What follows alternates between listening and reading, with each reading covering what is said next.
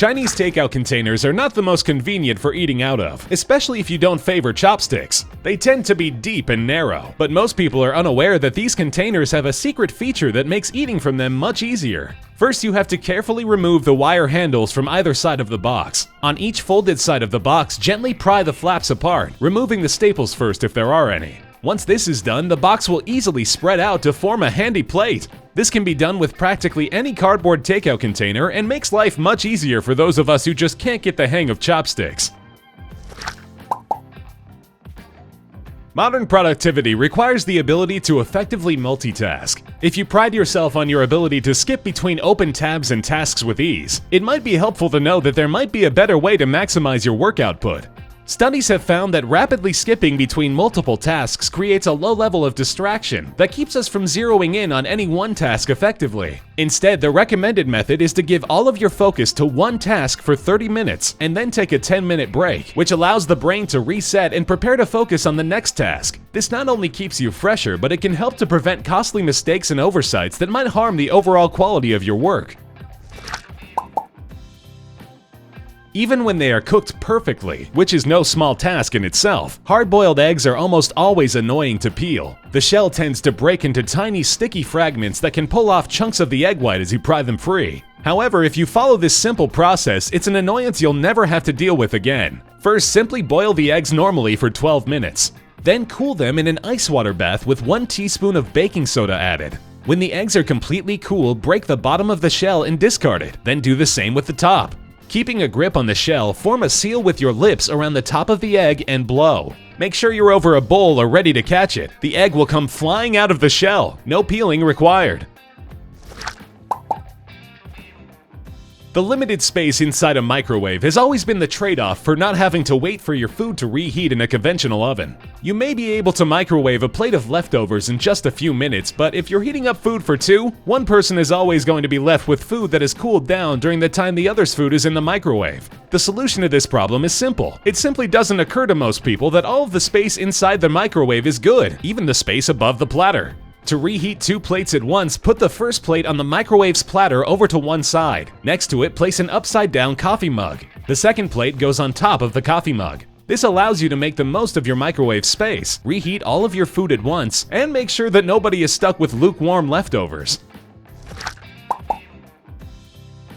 Microwaves can also be quite a pain to clean. Splatter from overheated food can get stuck on very quickly, and it's not exactly easy to get inside the oven to give it a good scrubbing from all angles. But this technique will allow you to forego the scrubbing altogether. A gentle wipe with a damp sponge is all you'll need. Just take a microwavable container, a glass measuring cup is ideal, and pour a cup of distilled white vinegar. Put it in the oven and microwave on high for 10 minutes. When it's finished, a sponge or paper towel is all it will take to wipe even the dirtiest oven sparkling clean. Acids in the vinegar combined with steam will make short work of even the most stubborn stuck-on mess. According to yoga masters and natural health practitioners, humans have been pooping all wrong since the invention of the toilet. They contend that the standard sitting pose is neither normal nor healthy, and propose a different pose that was the norm before the invention of the toilet, and still is in some cultures: squatting. There are even products resembling modified step stools to help you adjust to this pose using a standard toilet. While it may take a week or two to adjust to the feeling of pooping in an unfamiliar position, it is thought that the squatting pose results in fully opening the colon and producing more complete eliminations. In other words, you will simply have a better, more satisfying poop.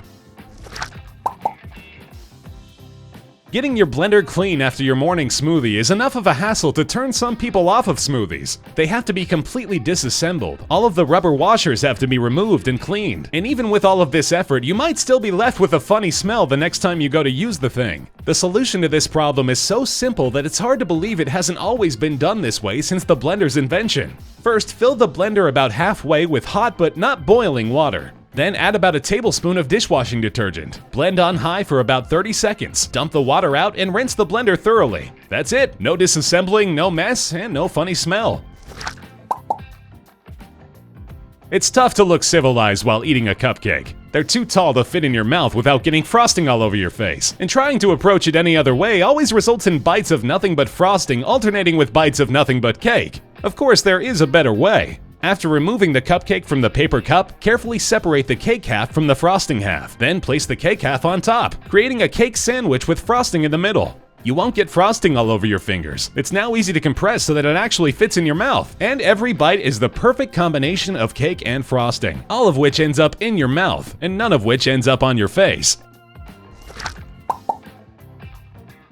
The tiny paper cups that ketchup is served in at fast food restaurants can be a king-size pain. After about a third of the ketchup is gone, they become hard to manage, sticking to your fries. It's almost impossible to use all of the ketchup, and bigger items like burgers are impossible to dip. Just like with Chinese takeout containers, these problems are easily taken care of if you're aware of the paper cup's secret function. The rim of the cup can easily be pulled apart, section by section. If you do this until each section is separated, the cup will easily flatten into a small plate for your ketchup. Now you can dip anything you like and mop up every dab of ketchup, so you no longer have to try to figure out how to carry 10 of these tiny cups back to your table. As food container designs go, the potato chip bag isn't bad. It can be easily clipped, keeping your chips fresh, and it's no problem to pass around the living room. But as convenient as the trusty chip bag is, it can be made even better. All you have to do is open the bag, then slowly start rolling it from the bottom, working from the outside of the bag in. As soon as the chips appear at the top of the bag, you're done. You've created a handy, reasonably sturdy bowl for your chips that anybody can easily grab from, and will sit nicely on a flat surface.